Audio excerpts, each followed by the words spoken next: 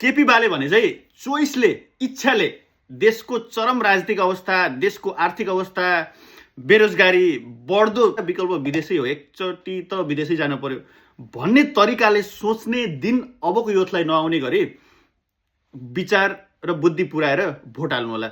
विदेशी भूमिमा रहेर देश चुनावको मुखमा जाँदै गर्दा, भोट हाल्ने दिन नजिकै गर्दा यति मात्रै भन्न चाहन्छु, केपी बाले भने चाहिँ चोइसले, इच्छाले, स्वतःस्फूर्त कुनै राजनीतिक अस्थिरता, भ्रष्टाचार नभएको कारणले गर्दा, अस्किदो अर्थतन्त्र, जताकतै घुसपैठले गर्दा होइन अब त एकपटक विदेशै जान पर्यो भन्ने सोच ल्याउन नपर्ने स्थिति सिर्जना हुने गरी त्यो सिर्जना गर्न सक्ने अनुकूलता बन्ने खालका व्यक्ति र पार्टीलाई यसपालि भोट हाल्नु होला, ताकि अब आउने जेनेरेसन, अब आउनेले चाहिँ त्यसरी इच्छाले मात्रै विदेश आउन परोस्। केपी बाले भने चाहिँ wish you all the best and vote for the best. जय देश।